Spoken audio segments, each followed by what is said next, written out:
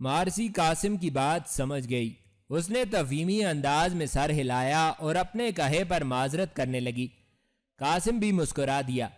کچھ دیر خاموش رہنے کے بعد مارسی قاسم کی آنکھوں سے آنکھیں نکال کر مڑی اور تیز قدموں سے چلتی ہوئی بگی میں سوار ہو گئی۔ دوسرے دن سلطانی لشکر کوچ کر چکا تھا، جبکہ شہاب الدین پاشا چند دنوں میں ہی روانہ ہونے والا تھا۔ قاسم کے دل میں میدان جنگ سے دور رہنے کا کچھ ملال تو پہلے ہی تھا، لیکن مارسی کی بات اس کے دماغ میں نشتر کی طرح اتر گئی تھی۔ وہ چاہتا تھا کہ میدان جنگ میں صلیبی پہلوانوں کے پنجے سے پنجہ لڑائے، لوہے سے لوہا ٹکرائے اور صلیبی بزدلوں پر یہ واضح کر دے کہ مکہ کے عرب آج بھی خالد بن ولید رضی اللہ تعالی عنہ جیسی شجاعت اور قوت و جبروت کے مالک ہیں، لیکن اسے ادرنا میں رہنے کا حکم مل چکا تھا۔ وہ انہی خیالوں میں گم یعنی چری کی خیام گاہ کی روش پر چل رہا تھا۔ اس کا ذہن ساتھ کے ساتھ اپنے اگلے منصوبوں پر بھی سوچ رہا تھا۔ اگلے چوک پر وہ رک گیا اور ایک ثانیے کے توقف کے بعد بائیں جانب کی روش پر مڑ گیا۔ وہ آغا حسن سے ملنے کے لیے جا رہا تھا۔ آغا حسن یعنی چری کا 10,000 سالار تھا تو وہ بھی نو مسلم، لیکن ایمان کا پکا اور قول کا دھنی تھا۔ اب قاسم کا رخ ان فوجی بارکوں کی جانب تھا جو اینٹ اور گارے سے افسروں کے لیے بنوائی گئی تھی۔ قاسم آغا حسن کے کمرے کے قریب پہنچا تو اسے اندر سے کہکوں کی آواز سنائی دی۔ لگتا تھا اندر خوب گپ شپ ہو رہی تھی۔ قاسم رکے بغیر آغا حسن کے کمرے میں داخل ہوتا چلا گیا۔ آغا حسن کا کمرہ یعنی چری کے نوجوان افسروں سے بھرا پڑا تھا۔ یہاں فرش پر سرکنڈوں کی صف بچھی ہوئی تھی اور دیواروں کے ساتھ تکیے رکھے تھے۔ قاسم داخل ہوا تو سب خاموش ہو گئے اور قاسم کے استقبال کے لیے اٹھ کھڑے ہوئے۔ قاسم نے سب سے بغلگیر ہونے کے دوران ہی کہا، آج تو محفل کشت زعفران بنی ہوئی ہے، لگتا ہے آپ لوگوں کو تنخواہیں مل چکی ہیں۔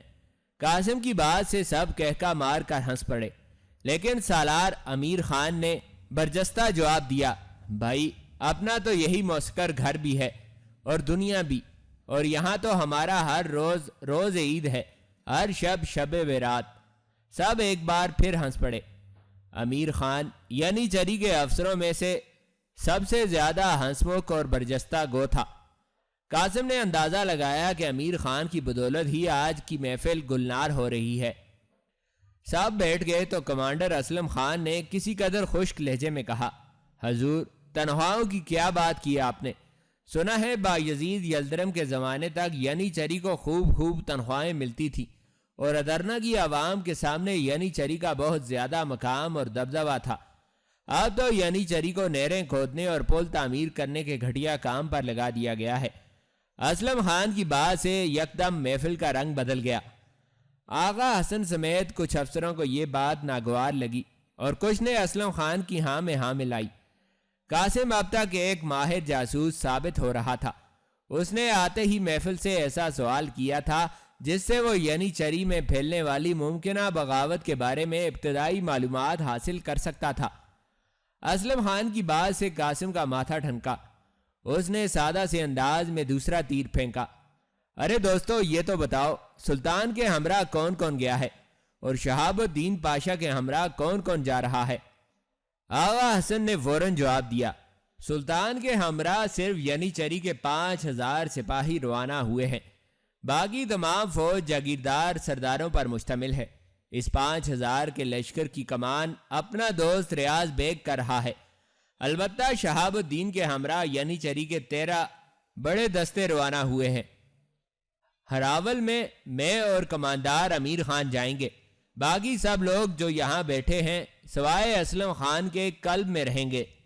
میمنہ اور میسرہ پر جاگیرداروں سرداروں کو مقرر کیا گیا ہے اور 30,000 پیدل سپاہیوں کی کمان سلطان کے بہنوئی محمد چلبی کے سپرد کی گئی ہے۔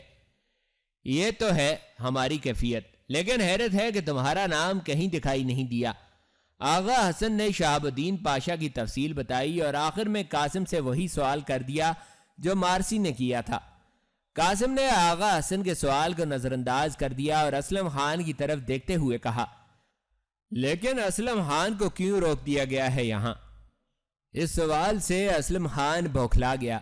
اس نے کسی قدر ہکلاتے ہوئے کہا، آپ اپنی بات گول کر گئے ہیں اور میری بات پوچھ رہے ہیں۔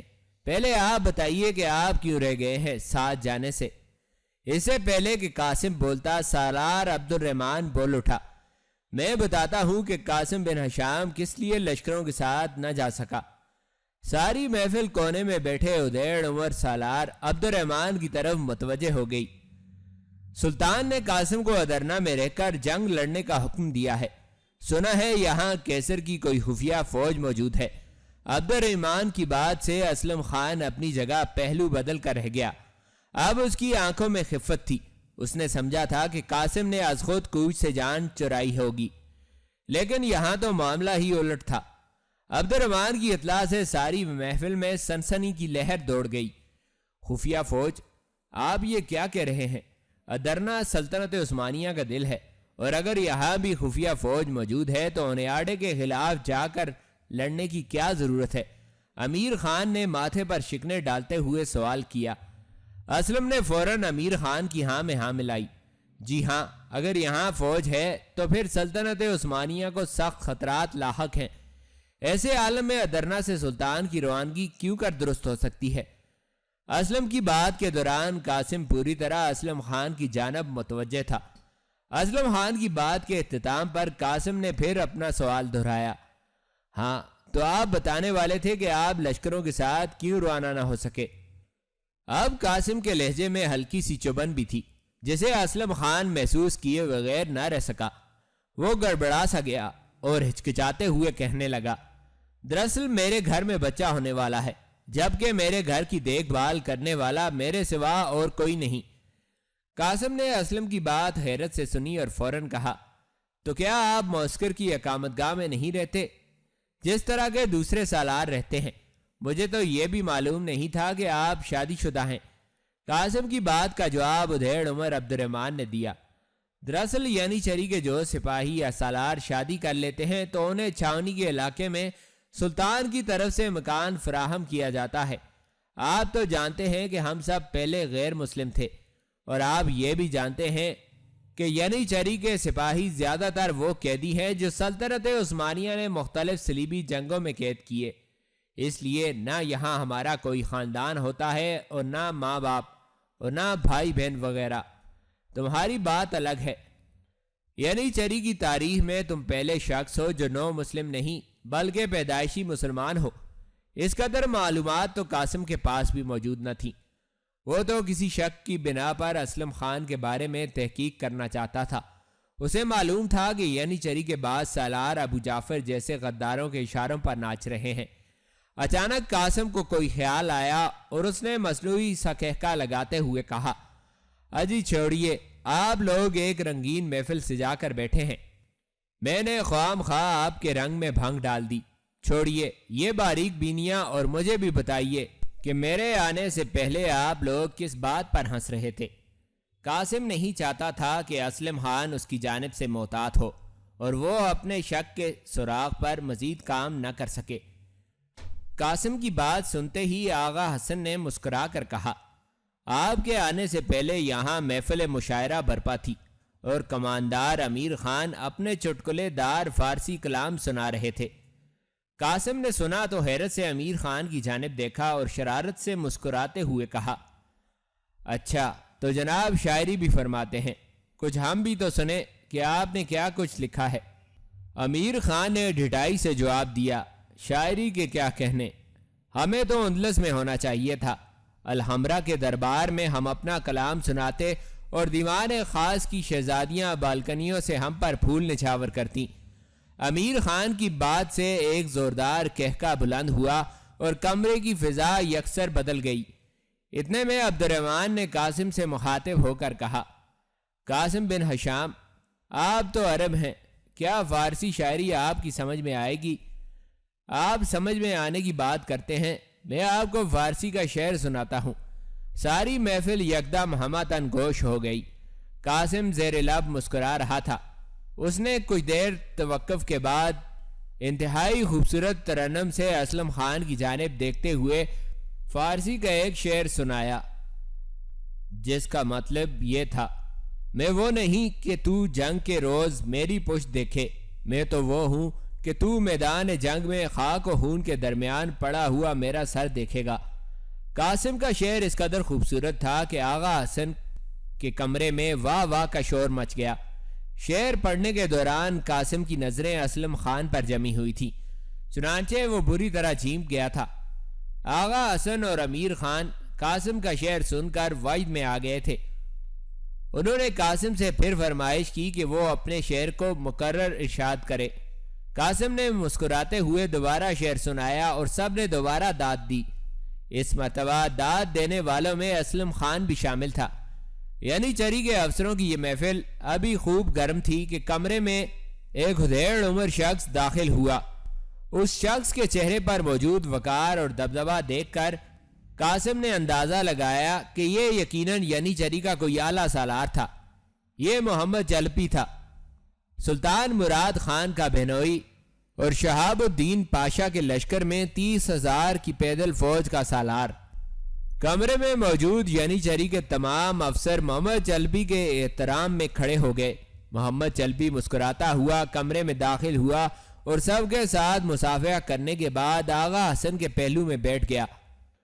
اس نے بیٹھتے ہی تمام سالاروں اور کمانداروں سے مخاطب ہو کر کہا، سپہ سالار شہاب الدین پاشا نے حکم دیا ہے کہ نئے مہینے کا چاند نظر آتے ہی دوشنبے کے روز ہمارے لشکر کو یورپ کی مہم کے لیے کوچ کرنا ہے۔ امید ہے آپ سب لوگ تیار ہوں گے۔ ہمارے کوچ میں صرف 5 دن باقی ہیں۔ اس مرتبہ جو مہم ہمیں درپیش ہے یہ پچھلے تمام مارکوں سے مختلف ہے۔ ہم ہونیاڈے کی فوج کے خلاف لڑنے جا رہے ہیں۔ آپ کو معلوم ہوگا کہ پچھلے دنوں صوبہ ٹرانسلوینیا میں ہرمان اسٹارٹ کے مقام پر ہونیاڈے نے ہمارے سالار فرید پاشا کو ناقابل فراموش شکست دی ہے۔ اس نے درندگی کا مظاہرہ کرتے ہوئے ترک قیدیوں کو ہنگری کی دعوتوں اور ضیافتوں میں گاجر مولی کی طرح کاٹا اور قیدیوں کا ناروا خون بہایا ہے۔ ہمیں ہونیاڈے سے اپنے شہید سپاہیوں کا انتقام لینا ہے۔ ہونیاڈے کی شاندار کامیابی اور ہمارے دستوں کی پے در پے شکست نے پورے یورپ میں خوش فہمی کی لہر دوڑا دی ہے۔ اس وقت یورپ سے ترکوں کو نکالنے کے لیے ایک زبردست اتحاد قائم ہو چکا ہے۔ شاہ لارڈ سلاس جو اس وقت ہنگری اور پولینڈ دونوں مملکتوں کا فرما روا ہے، اس تحریک کا روح رواں ہے۔ اس اتحاد میں ہنگری، پولینڈ، لاچیا اور بوسنیا کی حکومتیں اپنی پوری قوت کے ساتھ شریک ہیں۔ سربیا بھی جو لارڈ سٹیفن کے عہد میں عثمانیوں کا نہایت وفادار حلیف تھا، اب اس کے جانشین جارج برنکوچ کی سرکردگی میں اتحادیوں کی صف میں شامل ہو گیا ہے۔ فرانس اور جرمنی نے بھی مبارزین کی ایک کثیر فوج بھیجی ہے۔ ان کے علاوہ عیسائی لشکر میں یورپ کے ہر ملک سے سپاہیوں کی ایک بڑی تعداد خود آ کر شریک ہوئی ہے۔ اور اہم بات یہ ہے کہ عیسائی اس لشکر کو مقدس صلیبی لشکر قرار دے رہے ہیں۔ روما کے پوپ نے سب سے زیادہ جوش دکھایا ہے۔ اس نے اپنے نمائندہ کارڈینل جولین سیزرینی کو ایک مسلح فوج کے ساتھ روانہ کیا ہے اور یورپ کے ہر حصہ سے اس جنگ کے لیے ایک کثیر رقم فراہم کر کے بھیجی ہے۔ حقیقتاً یہ ایک صلیبی جنگ ہے، اور یاد رکھیے یہ جنگ عیسائیت کے مذہبی جوش نے اسلام کے خلاف چھیڑی ہے۔ جمہوریہ وینس اور جمہوریہ جنیوا کے بحری بیڑے بھی عیسائی لشکر کی مدد کو آ پہنچے، جبکہ بدقسمتی سے ابھی تک سلطنت عثمانیہ کے پاس بحری طاقت نہ ہونے کے برابر ہے۔ اس لیے ہونیاڈے کا خیال ہے کہ ہمارے سلطان کی فوجیں ایشیائی کوچک سے، جہاں وہ کونیا کے مقام پر امیر کرمانیہ سے جنگ میں مصروف ہوں گی، یورپ میں منتقل نہ کی جا سکیں گی۔ اتحادی افواج بظاہر شاہ لارڈ سلاس کے زیر کمان ہیں، لیکن در حقیقت ان کا سردار ہنگری کے سابقہ بادشاہ سجمنٹ کا ناجائز بیٹا ہونیاڈے ہے، جو اس مسیحی دنیا کا سب سے بڑا ہیرو خیال کیا جاتا ہے۔ محمد چلپی کی زبان میں ایسی تاثیر تھی کہ کمرے میں موجود تمام سالار گمسم ہو گئے۔ محمد چلپی نے ہونیاڈے کے لشکر کا ایسا نقشہ کھینچا تھا کہ قاسم کو اس کی عسکری مہارت اور قابلیت کا قائل ہونا پڑا۔ اس دوران اسے معلوم ہو چکا تھا کہ جنگ کے موضوع پر گفتگو کرنے والا یہ جہاں دیدہ اور باوقار شخص سلطان کا بینوئی ہے۔ قاسم نے مؤدب لہجے میں محمد چلپی سے سوال کیا، سالار محترم، اگر محاذ کی صورتحال اس قدر سنگین ہے تو سلطان معظم کو اسلامی افواج کی قیادت خود کرنا چاہیے تھی۔ محمد چلپی نے چونک کر قاسم کی جانب دیکھا اور مشفقانہ انداز میں مسکراتے ہوئے کہا، آپ غالباً قاسم بن ہشام ہیں۔ آپ کی ذہانت اور شجاعت کا شہرہ کسرِ سلطانی میں پھیلا ہوا ہے۔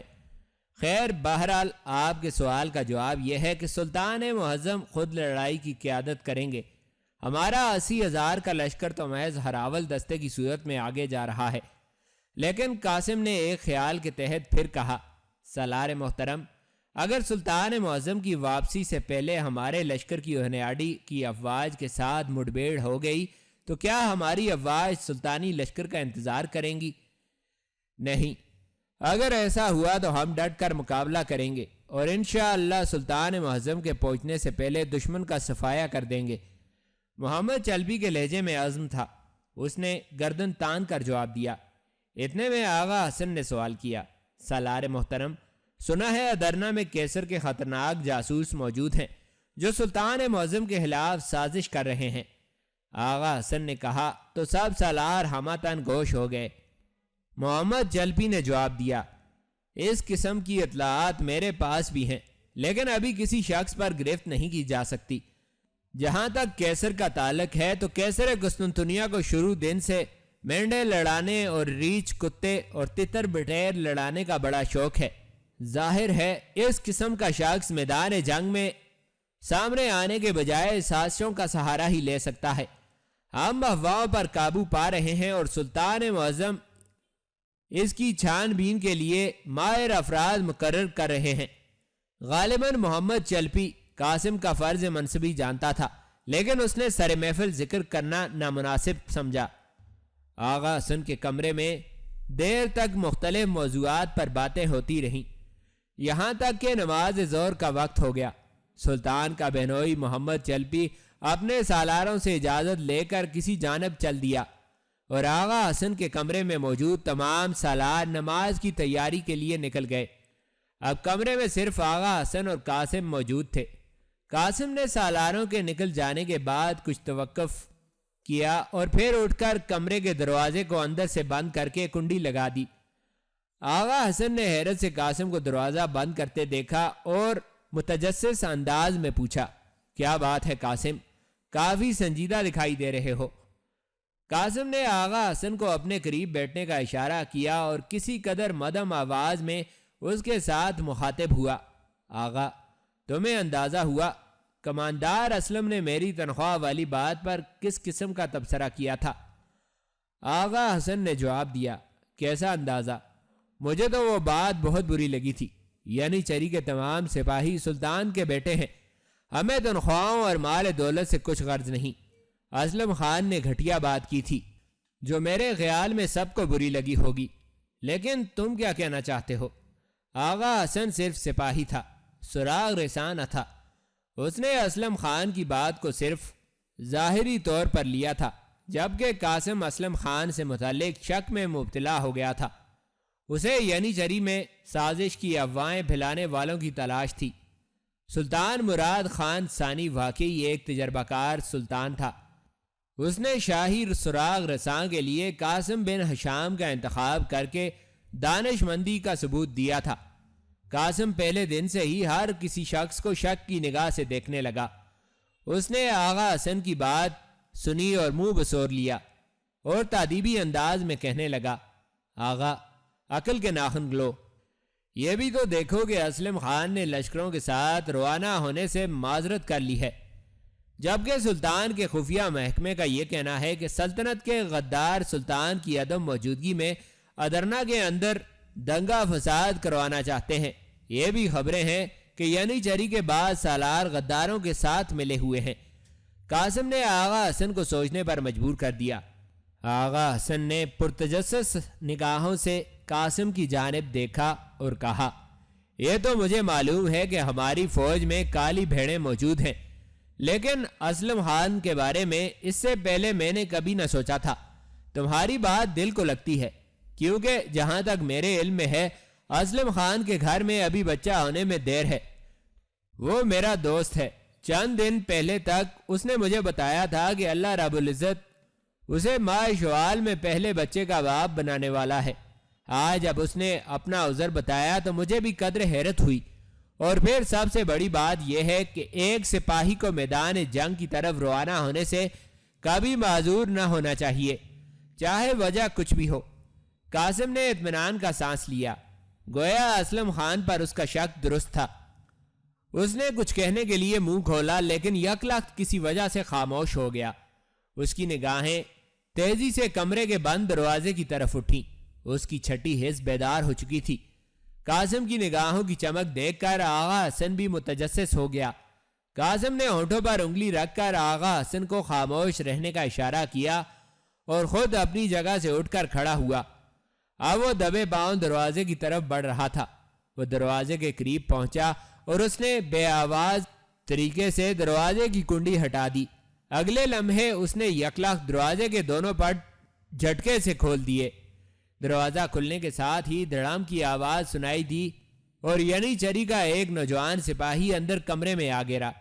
وہ غالباً دروازے کے ساتھ کان ٹکا کر آغا حسن اور قاسم کی باتیں سننے کی کوشش کر رہا تھا۔ قاسم اور آغا حسن نے بجلی کی سی تیزی سے اپنی شمشیریں بے نیام کر لیں۔ قاسم نے اپنی تلوار ہوا میں لہرائی اور آگے بڑھ کر دروازے کی کنڈی پھر لگا دی۔ یہ ایک سراغ رساں کی حیثیت سے اس کا پہلا مارکا تھا، یعنی چری کا نوجوان سپاہی قاسم اور آغا حسن کی تلوار دیکھ کر بوکھلا گیا تھا۔ اس کے چہرے پر موت کی زردی چھانے لگی اور وہ گڑ گڑانے لگا۔ قاسم نے تلوار کی نوک اس کی گردن پر رکھ دی اور اسے پیچھے کی طرف دھکیل کر دیوار کے ساتھ لگا دیا۔ قاسم نے شیش ناک کی طرح پھنکارتے ہوئے اس نوجوان سے سوال کیا، تم ہماری باتیں کیوں سن رہے تھے؟ کون ہو تم اور کس کے کہنے پر جاسوسی کر رہے ہو؟ نوجوان کا حلق خشک ہو چکا تھا۔ اس نے ایک خشک گھونٹ لے کر اپنی زبان تر کرنے کی کوشش کی۔ اتنے میں آغا حسن نوجوان کو غور سے دیکھ رہا تھا۔ بول اٹھا، یہ ینی چری کے 22ویں دستے کا ایک نیا سپاہی ہے اور اسلم خان کی کمان میں لڑتا ہے۔ آغا حسن کی بات پر قاسم نے مانی خیز نظروں سے آغا حسن کی جانب دیکھا اور پھر نوجوان سے سوال کیا، کیا نام ہے تمہارا؟ ترک باز۔ نوجوان نے خوف سے ہکلاتے ہوئے نام بتایا۔ تمہیں ہماری باتیں سننے کے لیے کس نے بھیجا ہے؟ قاسم نے پوچھا، لیکن وہ خاموش رہا۔ قاسم نے تلوار کا دباؤ بڑھا دیا۔ ترک باز کی آنکھیں ابلنے لگیں، لیکن وہ پھر خاموش رہا۔ اس کی نرغٹ سے ذبح ہوتے بکرے جیسی آوازیں بلند ہو رہی تھیں۔ قاسم نے اپنا سوال دہرایا، بتاؤ تمہیں کس نے بھیجا ہے؟ اگر نہیں بتاؤ گے تو یاد رکھو، میں تمہارے ہاتھ پیر کاٹ کر تمہیں شہر کے چوراہے پر پھینک دوں گا۔ مارے دہشت کے ترکباز کا رنگ خزاں رسیدہ پتے جیسا ہو چکا تھا۔ وہ پھر بھی کچھ نہ بولا۔ وہ شاید کسی کا نام نہ لینا چاہتا تھا۔ قاسم نے جب دیکھا کہ ترکباز سیدھی طرح نہیں بتائے گا تو اس نے آغا حسن کو ترکباز کے ہاتھ پیر باندھنے کے لیے کہا۔ آغا حسن نے تلوار رکھی اور کمرے میں رکھے صندوق سے رسی نکال لایا۔ کچھ دیر بعد ترکباز ہاتھوں پیروں سے بندھا کمرے کے فرش پر کانپ رہا تھا۔ اب آغا حسن اور قاسم اس کے قریب بیٹھے تھے اور قاسم نے کہا، دیکھو تم سیدھی طرح سے بتا دو کہ تمہیں کس نے بھیجا ہے، ورنہ تم جانتے ہو کہ ہم تمہاری ایک ایک بوٹی الگ کر دیں گے۔ اتنا کہنے کے ساتھ ہی قاسم نے اپنی تلوار سے اس کے کندھے پر چرکا لگایا۔ اس کی قمیض پھٹ گئی اور اس کے کندھے سے فر فر خون بہنے لگا۔ وہ اب پوری طرح خوفزدہ ہو چکا تھا۔ اس نے موت کے خوف سے گڑ گڑاتے ہوئے کہا، مجھے اچانک کمرے کے روشندان سے ایک تیر آیا اور ترک باز کے حلق میں اتر گیا۔ وہ اس سے زیادہ کچھ نہ بول پایا۔ کچھ لمحے تو آغا حسن اور قاسم کو سمجھ ہی نہ آئی کہ کیا ہوا۔ ترک باز خون میں لت پت تڑپ رہا تھا۔ اس کے ہاتھ پیر بندھے ہوئے تھے اور آنکھیں اپنے حلقوں سے ابھر رہی تھیں۔ وہ مر رہا تھا۔ تیر اس کی گردن پر حلق کے مقام پر پیوست ہوا تھا۔ جو ہی معاملہ قاسم کی سمجھ میں آیا، اس نے بجلی کی رفتار سے جست لگائی اور کمرے سے باہر آ گیا۔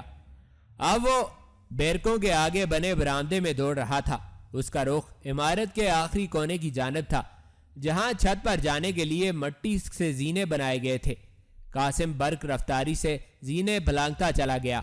اس کے عقب میں آغا حسن کے دوڑنے کی آواز بھی آ رہی تھی، لیکن اس نے پیچھے مڑ کر نہ دیکھا۔ وہ چند ثانیے بعد عمارت کی چھت پر تھا، لیکن یہاں آ کر اسے مایوسی ہوئی۔ ترک باز کو قتل کرنے والا چھلاوا دوسری جانب سے چھلانگ لگا کر غالباً چھت سے کود گیا تھا۔ قاسم نے آغا حسن کو چھت پر آتے دیکھا تو چیخ کر کہا، بھاگو، یہاں نہیں ہے، پرلی طرف، جھاڑیوں کی طرف دیکھو، وہ چھت سے کود گیا ہے۔ قاسم خود بھی الٹے پاؤں بھاگا اور کسی آندھی کی طرح عمارت کی شمالی سمت دوڑنے لگا، لیکن یہاں آ کر بھی آغا حسن اور قاسم کو مایوسی ہوئی۔ دشمن نکل چکا تھا۔ قاسم اور آغا حسن ایک پورے دستے کے ہمراہ شام تک موسکر کا سارا علاقہ چھانتے رہے، لیکن ترک باز کا قاتل ایسے غائب ہو چکا تھا جیسے گدھے کے سر سے سینگ۔ وہ مغرب کے بعد کمرے میں لوٹے تو قاسم نے کہا، ترک باز کی لاش کا کیا کیا ہے؟ اسے خفیہ محکمے کا سربراہ بہرام خان اپنے ساتھ لے گیا ہے۔ ہم جس وقت قاتل تلاش کر رہے تھے، بہرام خان یہاں اپنی کارروائی مکمل کر رہا تھا، آغا حسن نے جواباً کہا، اور قاسم نے ایک لمبی سانس لی۔ قاسم نے پھر پوچھا، اچھا یہ بتاؤ، تمہاری سمجھ میں کچھ آیا ہے کہ یہ اسودی کون ہے؟ ترک باز نے مرنے سے پہلے اسودی کا نام لیا تھا۔ نہیں، مجھے بھی معلوم نہیں۔ وہ جب اٹک اٹک کر اس کہہ رہا تھا تو میں سمجھا تھا کہ اسلم خان کہنا چاہتا ہے، لیکن اس نے اسودی کہہ دیا۔ معلوم نہیں یہ اسودی کون ہے۔ آغا حسن کے چہرے پر گہرے غور و فکر کا تاثر تھا۔ قاسم نے کسی خیال کے تحت آغا حسن سے کہا، آغا، تم اسلم کی کمان میں کام کرنے والے کچھ سپاہی اور بلاؤ، ہو سکتا ہے اسلم خان کے ماتحت اسے اسودی کہہ کر پکارتے ہوں، کیونکہ عموماً فوج کے سپاہی اپنے سالاروں کے من پسند نام رکھ لیتے ہیں۔ اسلم کے چہرے کی رنگت سیاہ ہے، ہو سکتا ہے اس کے ماتحت اس کو سیاہ رنگ کی وجہ سے اسودی کہہ کر پکارتے ہوں۔ قاسم کی بات سے آغا حسن چونک گیا اور اس نے تحسین آمیز انداز میں قاسم کی جانب دیکھتے ہوئے کہا، باخدا، تم بہت زیادہ ذہین ہو، تمہیں تو خفیہ محکمے کا سربراہ یا پھر شاہی سراغ رساں ہونا چاہیے۔ تم بالکل ٹھیک کہتے ہو۔ اسلم خان کا نام اس کے ماتحتوں نے نہیں رکھا، بلکہ ایک موقع پر سلطان نے اسے اسودی کہہ کر پکارا تھا۔ تب سے اسلم اپنے نام کے ساتھ کبھی کبھی اسودی کا لقب لکھ دیتا ہے، لیکن کمال ہے مجھے یہ بات کیوں نہ یاد آئی۔ دراصل قاتل کے تعاقب نے میرا دماغ معوف کر رکھا تھا۔ آغا حسن نے پھٹی پھٹی آنکھوں سے پرجوش لہجے میں بات کی۔ قاسم کی حالت بھی عجیب تھی۔ ایک بہت اہم سراغ اس کے ہاتھ لگ چکا تھا۔ اس نے کسی قدر ٹھہرے ہوئے لہجے میں آغا حسن سے کہا، آغا، دھیان رہے ابھی اسلم خان کو خبر نہ ہونے پائے، میں اس پر کسی خاص ترتیب سے ہاتھ ڈالنا چاہتا ہوں۔ قاسم نے کہا تو آغا حسن کی حیرت کی انتہا نہ رہی۔ ہاتھ ڈالنا چاہتے ہو؟ کیا مطلب؟ تم کس حیثیت سے ہاتھ ڈالو گے؟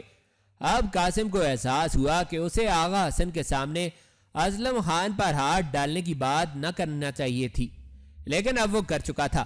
چنانچہ اس نے جھوٹ پہ جھوٹ بولنے کی بجائے آغا حسن جیسے مجاہد سپاہی کو اعتماد میں لینا مناسب سمجھا اور کہا، دراصل سلطان نے مجھے وقتی طور پر سراغ رسانی کے کام پر متعین کیا ہے۔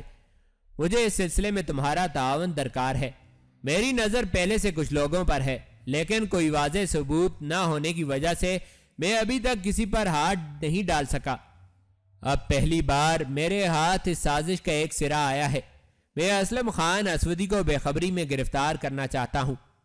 قاسم کے نئے فرائض سن کر آغا حسن کو کچھ زیادہ حیرت نہ ہوئی، بلکہ وہ کسی حد تک خاموش رہا۔ اس نے مسکراتے ہوئے کہا، لیکن اسلم خان اسودی کو تو پتہ چل چکا ہوگا کہ اس کے مرتے ہوئے سپاہی نے مرتے وقت اسودی کا لفظ ادا کیا تھا۔ آغا حسن کی بات بالکل ٹھیک تھی۔ قاسم نے ایک لمحے کے لیے سوچا اور پھر کہا، میرا خیال ہے کہ جب تک اسلم خان کو یہ یقین ہے کہ ہمارے ہاتھ اسے پکڑنے کے لیے کوئی ثبوت نہیں آیا، وہ فرار ہونے کی کوشش نہیں کرے گا، اور اس سے پہلے کہ وہ فرار ہو میں اس کی گردن دبوچ لوں گا۔ مان کسی خیال کے تحت قاسم نے پھر کہا، آغا، کیا تمہیں اسلم خان اسودی کی رہائش گاہ کا پتہ ہے؟ کیا مطلب؟ تم کہیں آج رات ہی اسے پکڑنا تو نہیں چاہتے؟ آغا حسن نے تجسس سے کہا۔